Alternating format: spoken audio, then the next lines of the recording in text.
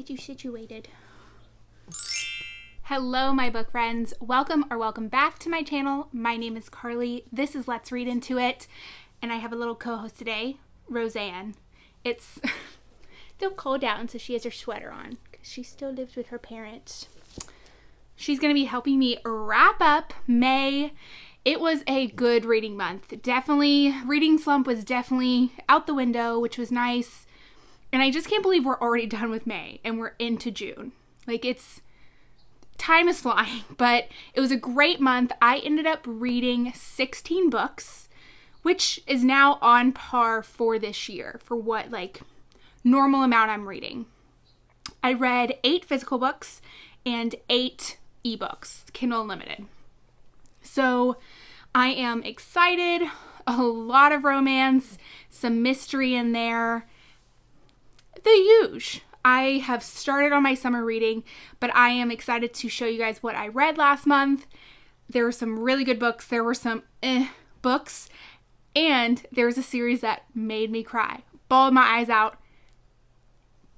And I've told you guys I don't like to cry, but this book was good. So we're going to talk all about that. Let's go ahead and get into wrapping up the books I read in May. Okay, so we're going to start with our physical books. First book is The Last Houseguest by Miranda. You guys, this is not new. I love this author. This book is one that I would definitely recommend for summer. I believe I put this on my summer recs in the video I did last week or earlier this week. I'm not sure when that went out, but I will link it down in the description. This was 5 stars for me. This is about a girl who lives in the guest house of her best friend who had committed suicide the year before. Avery has lived in this little town. It's a tourist town. People only come for the summer, and she helps her former best friend. Is it former? I don't know. Parents rent out properties in that town during the summer. That's what she does. But some things are not adding up. She always just didn't feel right about her friend's death being ruled a suicide, things that were said, and turns out she may be true. Like, it may be correct that it wasn't a suicide. This was absolutely fantastic. You had no idea who it was going to be. I certainly didn't. Kept you guessing. It is a really, really good thriller that will just keep you on your toes. Small summer town with secrets. Everybody has a secret. So I absolutely love this one. Definitely check it out. Definitely go and get it for a summer read. And it's not too big. So definitely check it out. Another Miranda, Such a Quiet Place. And I definitely know I recommended this one in my summer reads. I gave this 5 stars. This book is about a woman who lives in this small little cul-de-sac that everybody works at this college that's across the lake. Everybody is in everyone's business. Everybody has video cameras on their front doors, like the Ring doorbells, all of that.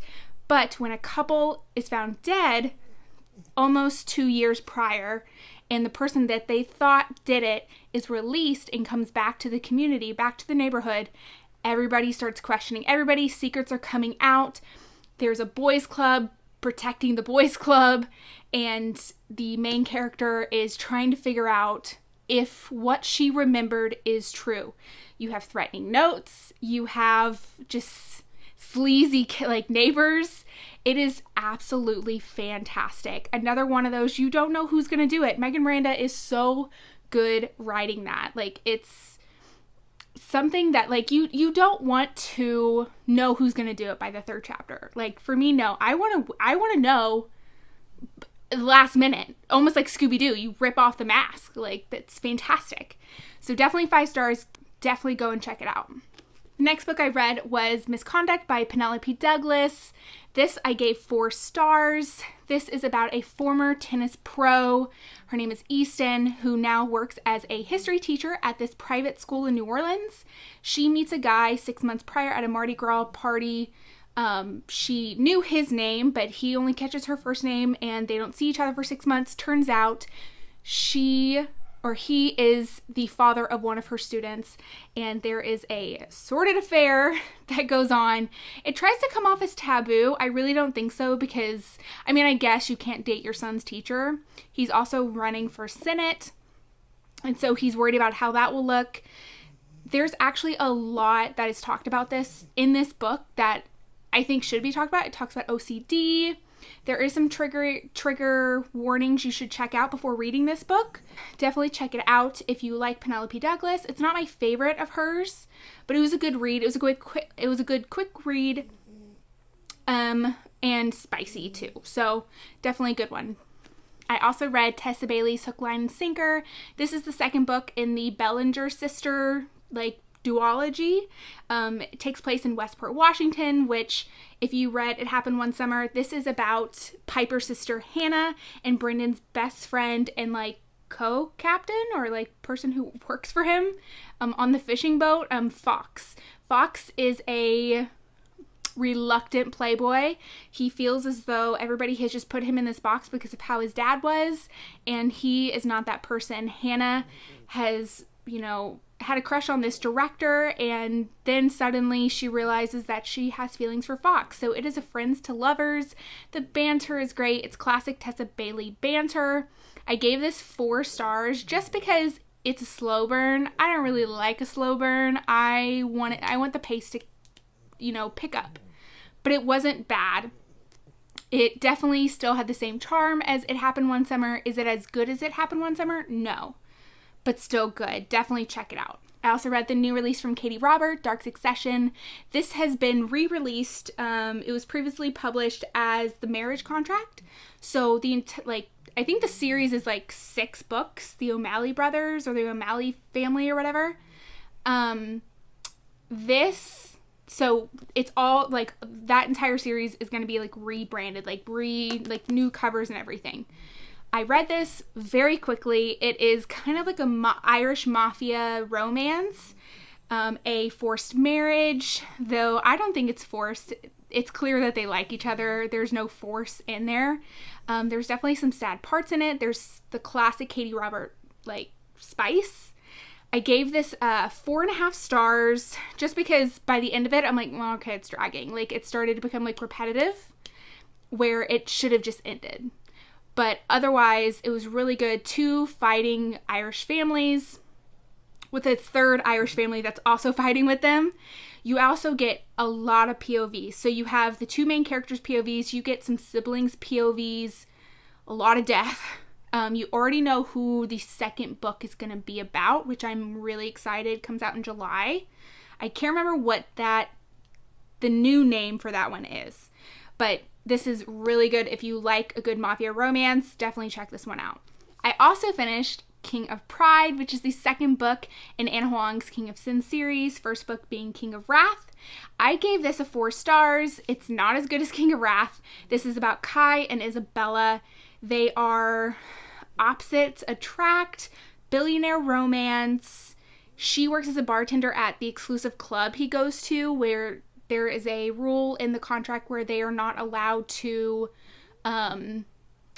interact? What is the word? You guys know what I mean. They're not allowed to be together. So you have forbidden romance. You have the spice in there. Not necessarily miscommunication. There are some secrets between the 2, as well as Isabella has some things she's wanting to work on. She doesn't want to be as impulsive as she used to be because at 30, she is supposed to settle down in a career so she can get her inheritance. If she doesn't, that inheritance goes to charity. And she's at 28.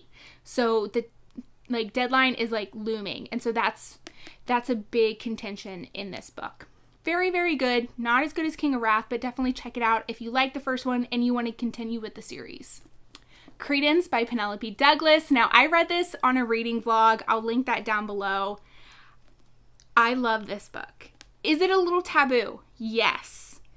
Is it still good? Yes. There is so much development that I like. Yes, spice is good, but I absolutely love the character development, not just for, I think it's Tiernan. Yeah, for Tiernan, but as well as the other characters in this. I think that's so important when you get a possible why choose. I mean, kinda. When you get that, I feel like there needs to be development. And there's a lot of trauma in this. And I feel as though when you have a lot of trauma, you need to have good development to make sure that they get out on the other side, instead of being like, they're fine. They'll talk about it some other time. But they absolutely did. Tiernan is dealing with the loss of her parents when her estranged step-uncle calls and said, you can come up here, though we are like trapped 6 months out of the year because we're in like a remote part of Colorado. He has 2 sons. She gets up there and she's like, okay, I'm surrounded by a bunch of hotties. They are no way blood related, just to say that now. But it is so good. She has to deal with the pain of what she dealt with her parents, as well as dealing with the pain that her step-uncle had to deal with, her dad, as well as her cousins dealing with what they're dealing with their dad. So there is a lot of generational trauma here. It was developed wonderfully. I think it was, talked about, worked through really well. I gave this 5 stars. I loved it. And the vibes are just, it gives me Pacific Northwest vibes, and they're like Colorado. I'm like, oh, what the fuck? All right, cool. Also finished Christina Lauren's Something Wilder. Now listen, this book I was going back and forth on. I gave it 3.5 stars, I believe. This is about Lily Wilder. Her dad was a famous treasure hunter, was obsessed with Butch Cassidy, but she had a really hard time with him because she believed he loved treasure hunting than her, because her mom left after her dad couldn't stay home, all these things. So she had a really hard time. Had a really hard time. She fell in love with Leo, and he was supposed to stay, but circumstances back home where he's from took him away, and they hadn't seen each other in 10 years. Fast forward 10 years, he comes on a boys' trip not knowing that she runs this fake treasure hunting tour guide business in Utah. They see each other. Spark is still there, but there's still a lot of hurt.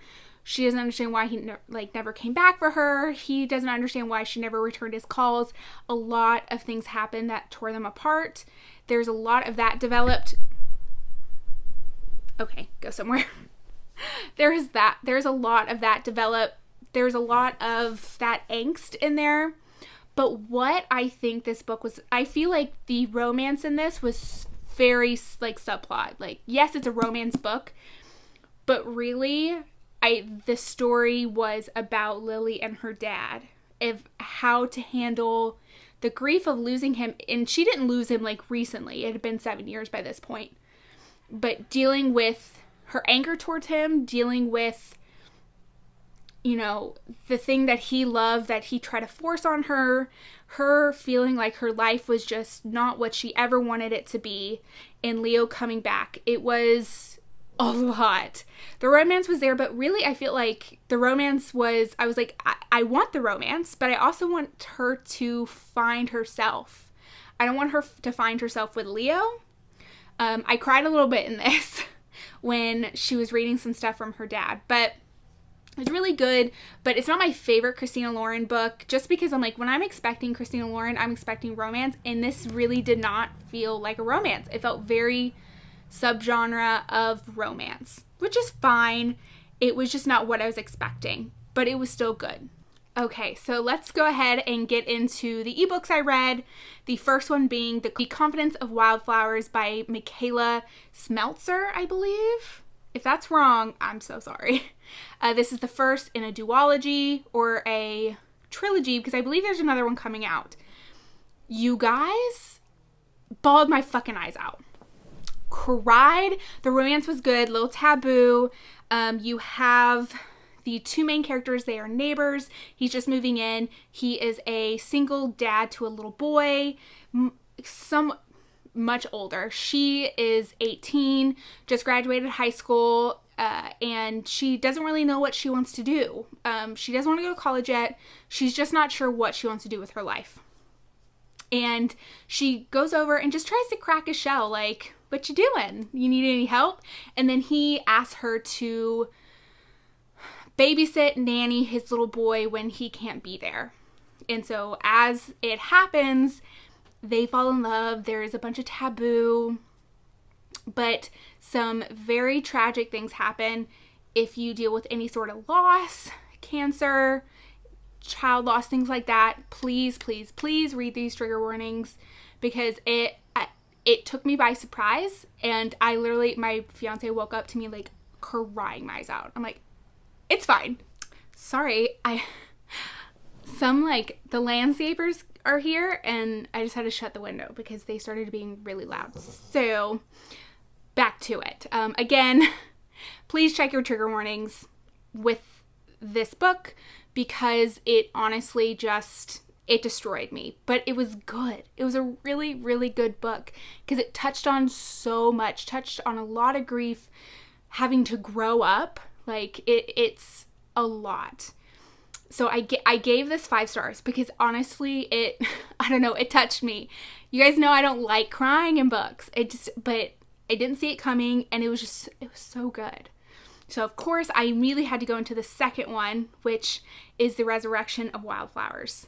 Now, this is fast forward, I believe 6 or 7 years, and she comes back. There may be a spoiler here, so let me take a moment. If you don't want a spoiler, please fast forward.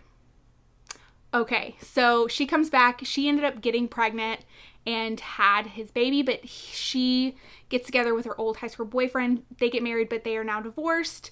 He raised her daughter as his own, but she comes back. He is still living there. Her mom ended up having cancer, and she is at end stages, so she comes back to stay, and they meet up, and she ends up telling him, hey, I got pregnant, but you were in such a dark place. I didn't feel as though you were capable of being the person we needed you to be.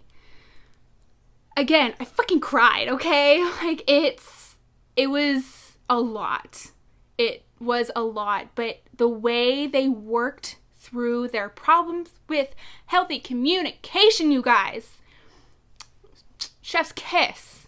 Like, 5 stars. It was fantastic. Definitely, if you want to go on an emotional roller coaster, check these books out. Again, I believe a third one is coming out, or it's a novella. I'm not sure, but I will be checking it out, because these characters were so deep. The communication was great. The dynamic was great, and it ended really good. So the fact that we're gonna get like a little novella, I'm excited. So I'm very, very. I can't say enough. I can't stress enough. You guys should check this out. Definitely. It is, when you hear like it's super steamy, yes, but the emotional part of this is a whole other level. So definitely check these 2 books out. So the next books I read, I finished a series. It was the Maid series by Danielle. The first being The Sweetest Oblivion. Now this is another mafia series. I love my mafia romances.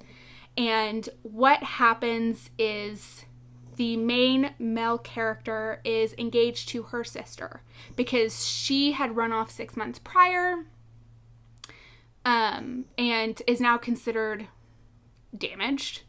You know how it is in mafia. Like, you sneeze on a dude and you're out. So, but it turns out that they are attracted to each other, and her sister does not want any part of it. She's in love with the gardener, and some things happen. There's a little bit of forbidden romance. Again, mafia romance. You have a little bit of an age gap. Spice in there. Very, very good. I gave this 4.5 stars just because there's some miscommunication. I'm like, fucking get it over with. Jesus Christ. Like, I hate miscommunication. So freaking annoying. So, it was good. Not the best, but still, 4.5 stars is not bad. The second book in that series is The Maddest Obsession. The female main character is actually the main characters from the first book's former stepmom. She actually got married to his dad when she was very young, so at first when I saw that, I was like, is she hella old? No, she's very, very young. His dad died, and she married someone old so she wouldn't be held down. But she meets this FBI agent who, of course, is dirty and helps the mafia, kind of does whatever. Turns out he's Russian, part of the Russian, like, has connections to the Russian mob. And their back and forth was It was so good. I connected more with them than I did with any other couple in this series. Just because they both had a lot of trauma that they had to work through before they could get together. And the main male character was like going to therapy. Like, you had chapters where he's in therapy talking about stuff. And turns out he had been watching her for quite a while. It was good. Definitely check it out. These are also, I don't know if I said this, these are all on Kindle Unlimited, so check those out if you want to read any of these. But I gave this one 5 stars because it was great. The third book in the Maid series is The Darkest Temptation, which is actually the brother of the main character from the Maddest Obsession. So he is the head of the Russian Bratva, and he kidnaps a rival's daughter. And basically you have almost like a Beauty and the Beast kind of retelling. And their banter is really good. She's really sweet. Like, she's a vegan, and he ends up changing everything in their house to be vegan for her. And she's like, are you trying to Stockholm Syndrome me? Like, what is this? The banter was really funny, really good. I gave this 4.5 stars because, again, it started to drag where I'm like, okay, let's go. Like, all right, like, let's get it together. Especially with, like, if you have a plan, let everybody know the plan. Let everybody know. So there's no miscommunication. Like, what do you mean you couldn't read my mind? Like, that was really annoying. But this one was 4.5 stars too. Overall, the series, I would probably give 5 stars because it was really enjoyable. They weren't that long. Good spice. Good plot. Next book I read was Iced Out by Veronica Eden. This is a hockey romance. Now, was it my favorite hockey romance? No. I gave this 4 stars. This is brothers rival. Yeah. Big brothers. No. Was there a big brother? I think they were twins. It's brothers rival. And so he actually ends up like saving her from the bar from her brother because he was being overprotective, as well as her ex, who was like, oh, hey, let's come on over. Which her ex ended up doing her real dirty. She never told her brother. And he ended up like breaking into her house and stuff. This was really cute. I would say this is kind of like frenemies to lovers. She really makes him work for it. It was cute. Spice was there. It just wasn't my favorite I've read a lot of hockey romances. I've read a lot of enemies to lovers or brothers rival or whatever. It just wasn't my favorite because, again, there was a lot of things that could have been talked about sooner, and it wasn't. There wasn't a third act breakup, though. That was a plus. Still 4 stars. Cute. If you need a hockey romance and you've read a lot and you haven't read this one, go check it out. And then finally, I ended up finishing the Out of Uniform series by Elle Kennedy. There is a total of 4 full books and then 2 books that have a combination of like 6 novellas, 3 in each. So in total, technically, there is like, oh God, 10 books. I had to do the math on that one. That was difficult. But so let's go ahead and start and talk about the first one. So the third book in the series, which is Ladies' Men, you have a little bit of throuple type situation happening. You have 2 male characters who are in a situationship, and then a female character comes in. She's actually the ex-fiance of one of the main male characters, and his brother is a piece of shit and ran off on the day of their wedding and actually took someone he was cheating on her with, and his brother's like, you're a piece of shit, and like he wanted to act all fucking righteous. So he brings her home and he's like, you can stay with us as long as you want, you know, work through things, even though they had a really kind of rough past. And what ends up happening? They all bang, okay? And it was kind of cute. There's not too much of a third act breakup in this because, one, it's a throuple. Can you imagine 2 third act breakups? I fucking can't. But what is kind of frustrating in this is that the lack of wanting to talk about their feelings. And not just like the guys, like the girl as well. Because they're like, what are people going to say? Like, do you, okay? Do you? Like, it's all right. I gave this 5 stars just because, one, the spice, the banter, he could, like, he didn't have, like, the best feelings towards her, but still, like, he wanted to save her. That hero aspect, it was great. So it was still 5 stars, and I loved it. And the last book, which is the last in Out of Uniform series, is Sweet Talker. Now, this book was adorable, but it was also really fucking sad because the main male character was accused of doing something that involves SA, which wasn't true because the girl didn't want to admit to her dad that she had wanted it. Not victim blaming, that's what's happening in the book. And he is kind of shunned out of his small Texas town. His parents are really upset because they know he didn't do anything, want him to come back and visit more. His brother ended up marries the girl who accused him, and they were they live on his parents' ranch, but his parents are they're like, nah, like, you're an asshole, like, what's wrong with you? Like, they never ended up apologizing to him for basically ruining his life. And the girl, she has dealt with a lot, and she gets together with him. She's a landscaper. She's taking care of her brother. Her mom is just a flake, uses men, just goes off, uses money, things like that.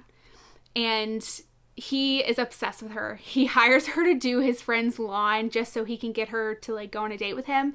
And she's afraid of commitment just because of her mom. And he really opens up. He takes her home to Texas, and she stands up. Like, she rips them a new asshole, and it was so satisfying. Again, spice is there, but this one was probably my favorite one because this one had the most development, the most depth. I gave it 5 stars, and it was just absolutely fantastic. The ending was so good. I actually wanted worse things to happen to the brother and the wife because they were so fucking nonchalant. Like, when she ripped them a new asshole, I'm like, good. Like, make it worse. So it was really, really good. But those are the 16 books I read in May. A ton of good ones. I cried. I laughed. I rolled my eyes. It was great. Honestly, I am excited about what I'm going to be reading in June. I'm going to be reading a lot more fantasy in June, which I'm excited about. I believe my June TBR should be out already. I'll link that in the description below. But those are all the books I read. If you've read any of them, please let me know down in the comments what you guys thought, if you have some differing thoughts. I'm excited to see what you guys read in May, see how you're wrapping up. If you are not already subscribed, please hit that subscribe button, as well as the bell to notify you when I upload. I upload every week. But until the next video, bye!